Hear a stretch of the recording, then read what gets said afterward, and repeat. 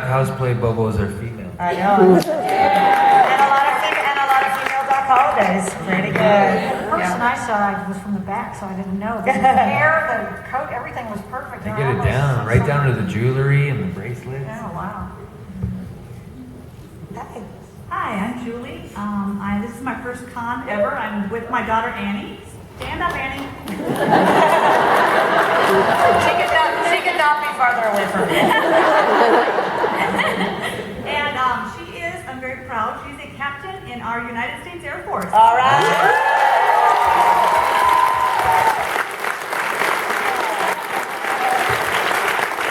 Thank you for your service, Annie.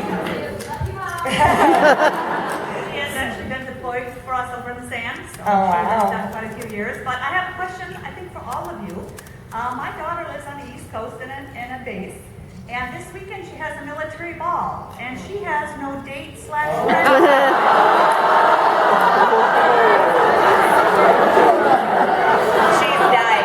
dying. You're in it now, Mom. Keep going. Okay, that's sad. She just needs it. She needs a date? Yeah, she needs a date for the military ball. It's free. You get food. Where is it? Where's the military ball? Dover, Delaware. Who lives in Delaware? And we're gonna blow up Twitter with it. I mean, blow it up. Hashtag Twitter. Twitter sphere. Now, I will say this. A bunch of people on this panel are going to London next week for EarperCon. Annie, if you could take someone, who do you want to take? Really, anyone? I got a couple Lady Bobos who could sub in. Thanks, Mom. I don't know. Just think about it. You can Twitter. Okay. All right, we'll Twitter you, Mom.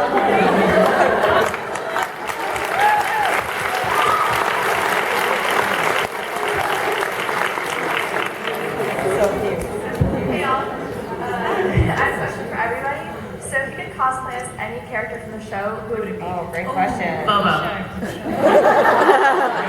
Bobo. Stupid car. I think I'd cosplay as Dani when she made the transformation into the queen. Like, so now we widows.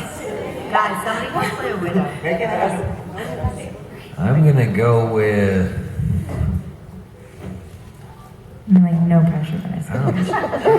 Cheerleader Waverly. I think I can pull that off. I got long legs. Would you shave them, though? I already do. Use conditioner.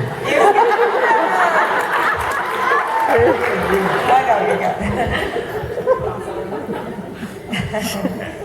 Hi, how's it going? My name's Ian. Hey, Your show is hilarious, Emily. And so my question is, Thank you. my question is for you and anybody else who cares to comment. But for recruiting your writers, was it a very standard process, or was it a little unorthodox? Where did you find them, draft them, Right. script them? Like, hood over the head, find yourself in Tijuana, you gotta get home in 48 hours. I do look for people, it's funny, I look for people who can write good, funny dialogue. That's really important and it's hard to teach. Who are good at structure. But the thing I care less about actually is being good at genre.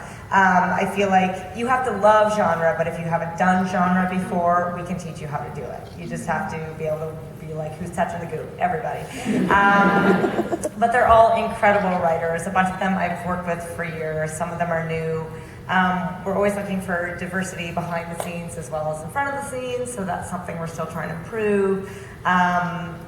But we just make each other laugh. We're stuck together in a room for like 12 hours a day, so just people who can tolerate me and vice versa. So, it wasn't too crazy though. The hazing process was pretty standard. So, yeah. Thanks, Ian. Thank you. Yeah, no problem. Hi. So I've lived in Atlanta my whole life, and I love it, and I'm so glad that you guys got to visit. Thanks for having us. So my question is this your first time in Atlanta? And if so, or if not, What's your favorite thing about Atlanta, or your favorite experience, like being in Atlanta? Cool. They have this event called Dragon Con.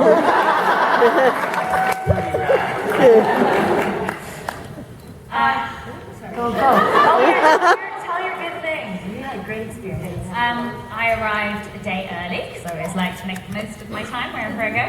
And I took myself on a little date and went to a really great area where there were rainbow streets. So I was really excited about that. And I took myself to a place called Cat's Cafe. I don't know if anyone's ever been. Oh, yeah. And they do live music. It's like a little underground bar.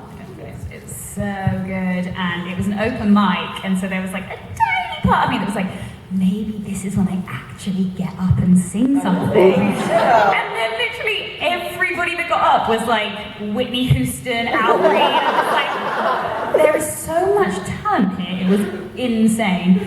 So I didn't get up, but I ended up speaking to this lady, and she put my name on the list. But then I didn't get up. But it was really, really fun. And I stayed there till a little bit too late. Anyone else? I didn't get to see anything, unfortunately. But the hotels, the inside, the backstage area, really nice. I'd love to come back to Atlanta. I really would, because I'm hoping one day work will maybe bring me here to film something, because you guys you're shooting a lot of cool stuff here. So I would love to explore the city more, but unfortunately it was not this time. Nice. I actually have to apologize because this is my first time, and I was booked to be on a panel last night at 10 p.m. and it was called How to Film Things in Georgia, and I was like, I got nothing, you guys. I don't know anything about Georgia. I just don't think I can speak on the panel. It was about making TV in Georgia, and I was like, I assume it's the same as in Canada, but so far I love it. So please have us back. Tell them you want us back. Big fan. I will make sure and pass that on. Okay, next question. I just wanted to start off by saying that this isn't usually a genre that I would be into, but it was sold to me on the premise of there's a lady cop who wants to kiss other ladies. Not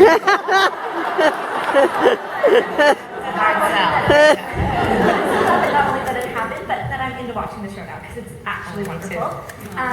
That being said, I do have a question that sort of got mentioned at the very beginning of things. I just lived through my first Calgary winter, so I want to know if you have any good stories about shooting in Calgary and the surrounding areas, or any really awful winter stories. Calgary is so. I think Calgary and the mountains are like another character on our show. Yeah. I really do. I feel like the landscape on the show is so breathtaking. And we are so lucky to get to. I mean, we shoot up at this ranch and quite often, and we drive up and we see deer and all these animals and like not foxes sometimes, but Calgary is so beautiful. I do remember a few nights being outside where our cameras froze though. Do you remember the scene, Kat and I did the scene in the barn where when I was googly and then with the axe and then there was the head and we thought it was like, I killed my girlfriend, but I didn't. That scene was like on the edge of intolerable. I remember when Kat was like, I'm gonna die. So I'm gonna die. Kat also is not very good with being cold, like not to be, it's true though, literally all weekend she's like, this aircon is way too much for me, I can't deal with it. But we would just be like warming each other up in between takes because it was so cold. And Tell us more. Nobody wants to hear this story. but we genuinely could not articulate. No, I remember being like, I can't speak properly. I can't feel my face. That was particularly bad. It's cold.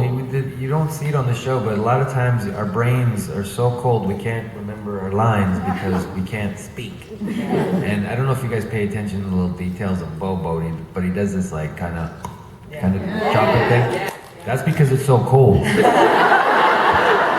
No, I'm serious. That's where it came from. I was doing a scene with Tim, and my teeth were chattering so much So I was like, oh, I'm just gonna use this bubble thing, and that's where it came from. And I do have to do a quick. Oh, sorry to interrupt you. Go ahead. no, the story's over. So as actors, we are treated so well. They take such good care of us. Our crew is out there the whole time. Like we get breaks and go into these warm tents with heaters, and our crew have to stay out there, and we're shooting nights, and it's freezing, and they never complain, and they're amazing. So I think the crew is like the real heroes. With that caveat.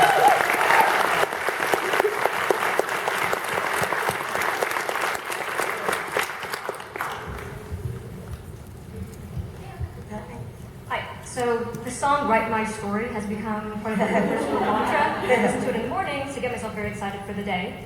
For everyone, if there's a song that speaks to you this way, what is it? From the show? Overall. Any song. Rapper named Eminem. Like a song that means something to you in your life? Like if it was a soundtrack of your life, name one song. I have a song that I think has followed me my whole life. I might get a lyric tattooed on me eventually, but it's a band named Iron and Wine, and the song is called Trapeze Swinger. And that's one song that I listen to every time I fly on an airplane, because it might be the last song that I ever hear. But, it's true. I play it. Everybody's flight. I play it every time. Yeah, I like that. Right now I like The Man by The Killers, because I like the irony of like thinking of myself as the man. I'm like, yeah, I'm the man. So You are the man. I am the man.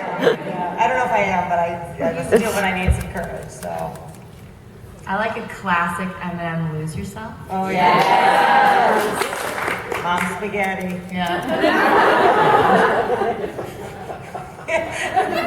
Typical. Pretty cool. Anybody else? You have a song, Tim? Well, I actually used to have the note tattooed on my arm. I got it removed. You can still kind of see Because it a you little hate joy bit. in music now? Why did you remove it? For TV, getting tattoos covered is a real pain in the. It was "Here Comes the Sun" from the Beatles. Kind of my really. It's not bad if you ever heard them. I like a song that my granddad used to sing to me, which is "You're My Sunshine." It's like, it gets me crying every time.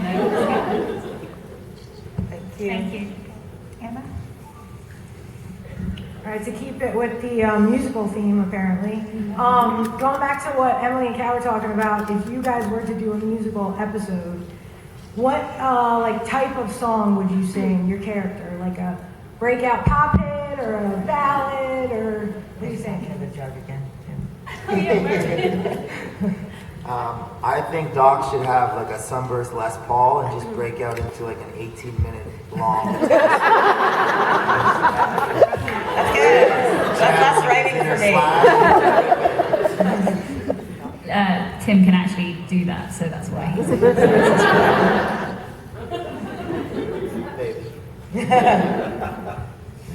Bobo would sing Leonard Cohen, Hallelujah. While dissecting someone. While climbing out of a well. Putting somebody in one. Yeah, exactly. I guess the classic would be ways we would do like a boppy pop number, but Boppy pop. yes, Tim, a boppy pop number. But Emily, what Thank you, songs Michelle. would you give them? What kinds of songs would you give them? I don't know. I'm so terrified when people talk about the musical episode. I get like sweaty. So you wouldn't have a walk-on role in that? Oh my God, no. I don't have a walk-off role. Okay. So I would talk to my amazing music supervisor, Andrew Higgins. He's incredible. He's incredible. Okay, Eric. That would be funny. Hi, so my question is for all of you guys. So you guys pretty much play heroes, and then there's Bobo. He's a hero. That's our hero. Although everyone's really good about kind of blurring the lines of, you know, gray areas. Everybody's got to do what they got to do. But my question, if you could only choose to play a hero kind of character or a villain kind of character as your role for the rest of your life, which would you do and why? Villain. I've made a career off of it. I would choose a villain too. They're so fun, and I very rarely get to play villains. Really? Yeah. And you listen to Eminem. It's a real. That'd be a great villain. It's a hard question because like every actor wants to do everything. I think like you know have a very varied career. But I think I'd probably say villain as well. After playing Googly, I was like, this is so fun. I really want to be a hero. Maybe one day. Thank you. And Emily, in your case, which is the most fun to write? I like them both. I think villains are really hard to write. That's the truth, to make them really well motivated. I really love what Michael says, if I may quote you. I like that Michael always says villains don't think they're the villains. Is that right? They just want what they want. I think that's really good. I've tried to internalize that, so thank you. That, you know, but sometimes the best villains too, you don't know what motivates them. They just never stop, so. They're motivated by the same thing heroes are motivated. Yeah, I think that's right. No Nobody different. thinks they're the villain, right? They don't wake up every day and think, I'm a villain today. What am I going to do that's really bad? They're motivated by love and fear and everything else. Greed. Hunger. It's all hard. Writing's hard. Hi. I guess sort of following along the villain trend there, we've gotten, I'm sorry, this question's for Tim, Michael, and Emily just a little bit as well, you can chime in on. We've got the history that kind of sorted past with Wyatt and Bobo and Doc. Are we going to get to find more about what sort of led Bobo and Doc into that sort of feelings of betrayal? Kind of expand upon that some? Do you want to find out more? That would be awesome. I think your actors here, they play that up really well. That there's a lot of history there that we've not delved into yet. They did a great job in that episode, don't you think? Yeah. That was a cold episode. Oof, that was a cold episode. Episode 8, I remember that. Yeah, I feel like that was a cold one film. I will say this, I think it all comes back to the Earp curse. So, oops. Look, I gave you one with the Rosita backstory, okay? Just, Can't give away too much. I will say this, when you see scenes between me and Tim, you know, we have this ongoing gag, you know, who's going to mess with each other's hat. So, you know, look for those kind of scenes, because, you know, when we do the flashback episode, you'll notice that Doc messes with Robert Svane's hat first. If you go back and watch season 1, you'll see Bobo messing with Doc's hat. And then the season, I think episode 211, yeah, 212. 212, I take his hat and throw it between his legs. So we're always messing with each other's hat, because back in the West, you never messed with the cowboy's hat. It was a big deal. Yeah. And the hat takes a lot of abuse. And we don't tell each other what we're gonna do. Ever. He also licked my eyeball. Within the same scene, which usually never made the cut. Because Mikey honestly never tells you what you're gonna do. So he took my hat off, he whipped it out, he came up to me and he licked me from here to here into my eyeball. Which of course Calabar's been loved. We're like, did you see the eyeball lick? I was like, yeah, put it in the movie. So, and then the close-up, well, we established it, so, and then it never made the movie. Which means I can use it again.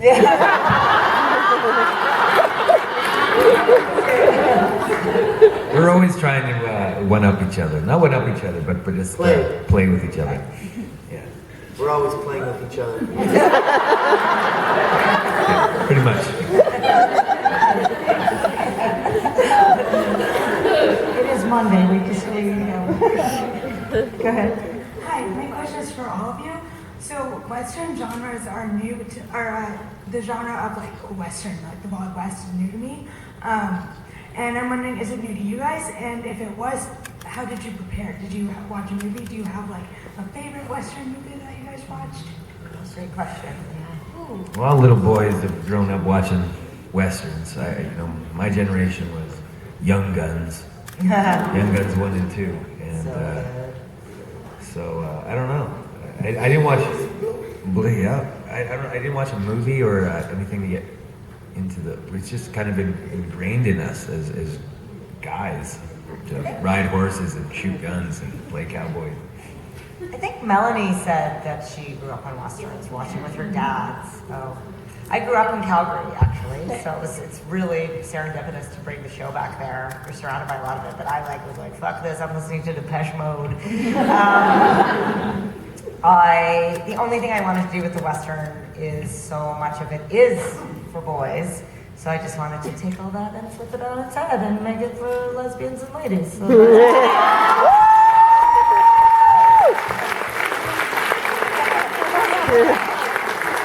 still with lots of boys who like to play with each other.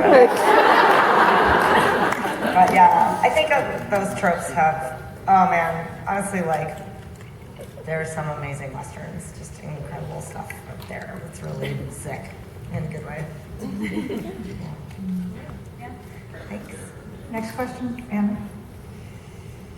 Hi, my name is Kate, and my question's for Emily. So you write really strong female characters, and the cast has continued to diversify throughout the show. And, I wanted to ask if you considered putting perhaps a strong female plus-size actress in the show. Oh, I love that.